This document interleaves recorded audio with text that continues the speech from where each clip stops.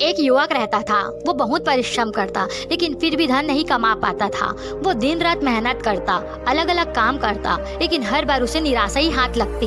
धीरे धीरे वो अपने भाग्य को कोसने लगा और सोचने लगा कि शायद वो अमीर बनने के लायक ही नहीं है। एक दिन उसने सुना कि बुद्ध अपने शिष्यों के साथ अपने गाँव आए हैं। उसने सोचा कि शायद बुद्ध उसके प्रश्नों को उत्तर दे सकते हैं और इसकी समस्या का समाधान निकाल सकते हैं। वो उनके पास पहुंचा और विनम्रता के साथ बोला, गुरुदेव, मैं बहुत मेहनत करता हूँ, लेकिन फिर भी मैं पैसा नहीं कमा पाता हूँ। मैं दिन रात काम करता हूँ, लेकिन सफलता मेरी हाथ नहीं लगती। कृपया मुझे बताइए कि ऐसा क्यों होता है। बुद्ध ने मुस्कुराते हुए युवक को ध्यान से देखा। क्या तुम्हें सच में जानना है कि तुम धन क्यों नहीं कमा पाते? युवक ने उत्सुकता से सिर हिलाया। बुद्ध ने पास रखे एक साधारण से दिखने वाले पत्थर को उठाया और उस युवक को देते हुए कहा कि इसे ले जाओ और अलग अलग लोगों से इसकी कीमत पूछो, लेकिन ध्यान रखना इसे बेचना मत।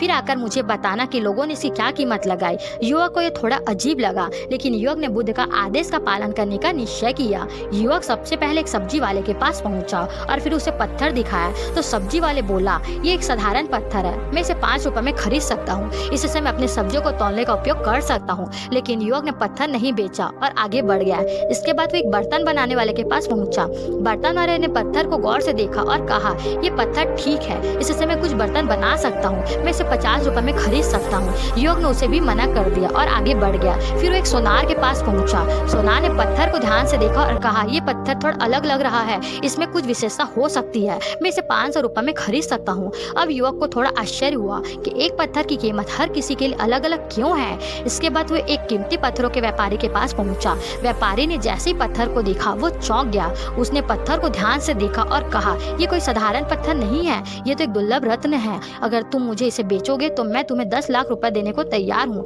युवक ये सुनकर दंग रह गया। वही पत्थर जिसे सब्जी वाले 5 रुपए में खरीदने को तैयार था, उसे हीरे जवाहरात के व्यापारी 10 लाख रुपए में खरीदने को तैयार है। वह उत्सुकता और उलझन के साथ बुद्ध के पास लौटा और उन्होंने पूरी घटना सुनाई। बुद्ध ने मुस्कुराते हुए कहा, यही तुम्हारे प्रश्नों का उत्तर है। एक ही पत्थर का कीमत हर किसी के लिए अलग अलग थी, क्योंकि हर व्यक्ति की परख और समझ अलग थी।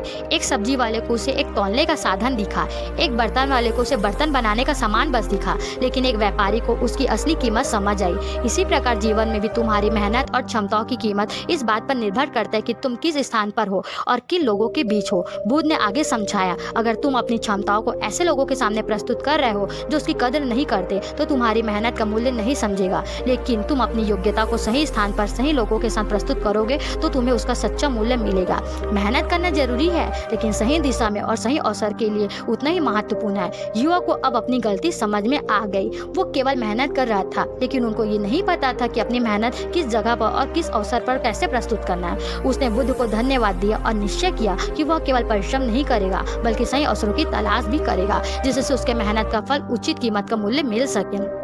इस कहानी से हमें क्या सीख मिलती है? नंबर 1, सिर्फ मेहनत करने से सफलता नहीं मिलती, बल्कि सही दिशा में मेहनत करना जरूरी है। नंबर 2, हर व्यक्ति और हर स्थान हमारी क्षमताओं का मूल्य नहीं पहचान सकता। हमें अपनी योग्यताओं को सही जगह पर प्रस्तुत करना चाहिए। नंबर 3, अगर हमें सफलता नहीं मिल रही है तो इसका मतलब ये हो सकता है कि हम गलत जगहों या गलत लोगों के बीच है। नंबर 4, हमारे काबिलियत को पहचानने वाले लोग और सही अवसरों हमें हमारी असलियत कीमत दिखा सकते हैं। नंबर 5, गलत संगति और गलत जगह पर अपनी ऊर्जा खर्च करने से हमें निराशा ही मिलेगी, इसलिए समझदारी से सही अवसरों का चयन करें। गौतम बुद्ध की सीख से स्पष्ट होता है कि केवल भाग्य को दोष देना सही नहीं है। सही दिशा, सही प्रयास और सही व्यक्ति हमें सफलता की ओर ले जाते हैं।